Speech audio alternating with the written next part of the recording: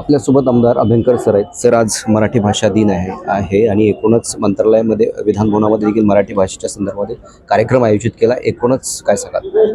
सांगतानाच अत्यंत खेद होतो की मराठी भाषा दिन आपण साजरा करतो, पण मराठीमधून शिक्षण घेण्याचा प्रयत्न करणारे जे गोरगरीब विद्यार्थी आहेत त्या विद्यार्थ्यांच्या पूर्णपणे शाळांची अवहेलना निर्माण झालेली आहे. आज परिस्थिती अशी आहे की मराठी शाळा जवळजवळ बंद होण्याच्या मार्गावर आहेत.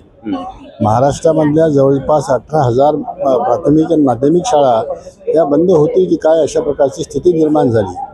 असे काही वर्ग आहेत मराठी माध्यमाचे की ज्या ठिकाणी 5वीच्या वर्गामध्ये जवळजवळ 550 शाळांमध्ये एकही शिक्षक नाही. 6 ते 8चे वर्ग आहेत, त्या ठिकाणी विद्यार्थी आहेत, कुठे 10 आहेत, कुठे 15 आहेत, कुठे 20 आहेत. अशा पद्धतीचे विद्यार्थी असताना सुद्धा त्या ठिकाणी एकही शिक्षक राज्य शासनाने मंजूर केलेला नाही. तीच कथा 9वी आणि 10वीच्या संदर्भातली निर्माण झालेली आहे. त्यामुळे एकीकडे मराठी भाषा दिन म्हणून फार त्याला महत्त्व द्यायचं, मराठी भाषेमधून संवाद झाला पाहिजे अशा प्रकारचा आग्रह धरायचा, मराठीचा स्वाभिमान आपल्या मनामध्ये ज्वलंत स्वाभिमान बाळगण्याचा प्रयत्न करायचा, पण प्रत्यक्षामध्ये मराठी भाषेतून शिक्षण होऊ शकणार नाही अशा प्रकारची परिस्थिती निर्माण करायची, हा जो प्रकार सुरू आहे ना, हा अत्यंत घृणास्पद आहे. म्हणून सगळ्यात पहिल्यांदा मराठी शाळा ह्या सुधारणं आवश्यक आहे. ज्या मराठी माध्यमातून शिक्षण विद्यार्थी घेतात त्या विद्यार्थ्यांचे कॉन्सेप्ट क्लिअर होतात, ते चांगल्या पद्धतीने अध्ययन करतात आणि आपल्या जीवनामध्ये मराठीबरोबरच हिंदी आणि इंग्रजी या दोन्ही भाषा ते शिकतात. त्यामुळे या विद्यार्थ्यांचे शिक्षण चांगल्या प्रकारे करण्यासाठी मराठी माध्यमाच्या शाळा जगल्या पाहिजेत.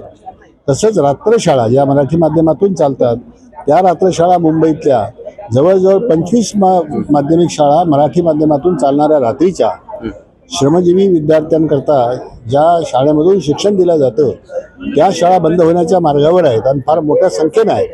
त्यामुळे त्याच्याकडे सुद्धा लक्ष देण्याची खूप आवश्यकता आहे. अशा परिस्थितीमध्ये सत्ताधारी म्हणतात की मराठी भाषेला अभिजात दर्जा हे आमच्या सरकारने दिलेला आहे, मराठी येणाऱ्या काळामध्ये उज्ज्वल भविष्य असणार आहे.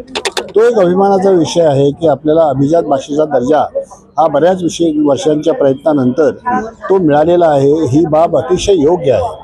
पण मराठी भाषेचा सन्मान ज्या पद्धतीने करायला पाहिजे, मुलंच शिकले नाहीत मराठीमध्ये. आज अशी परिस्थिती आहे की मराठी व्यक्तीच्या घरामध्ये शिकणारी जी मुलं आहेत त्यांना मराठी बोलता येत नाही. त्याचं कारण असं आहे की शाळेत तो इंग्रजी शिकतो आणि त्याचे आईवडील सुद्धा त्याच्याशी इंग्रजी बोलण्यात तुटक्या फुटक्या इंग्रजीमध्ये बोलण्याचा प्रयत्न करतात, जेणेकरून त्या मुलाचं इंग्रजी हे बिघडायला नाही पाहिजे, त्याचे उच्चार स्पॉईल नाही व्हायला पाहिजे.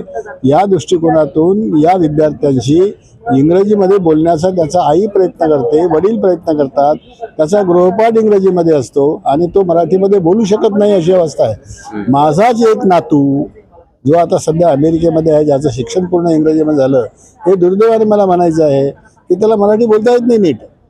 तो कसं तरी त्याच्या आजीशी बोलताना तोडकं मराठी बोलतो. अशी परिस्थिती आहे. हे बदलणं आवश्यक आहे. मराठीचा जाज्वल्य अभिमान जर आमच्या मनामध्ये खरोखर असेल तर आधी शाळा सुधारा. धन्यवाद तुम्ही आमचे संवाद साधल्याबद्दल. हे होते शिक्षक आमदार अभ्यंकर सर. मी गुणवंत दांगड, DRV न्यूज, मुंबई.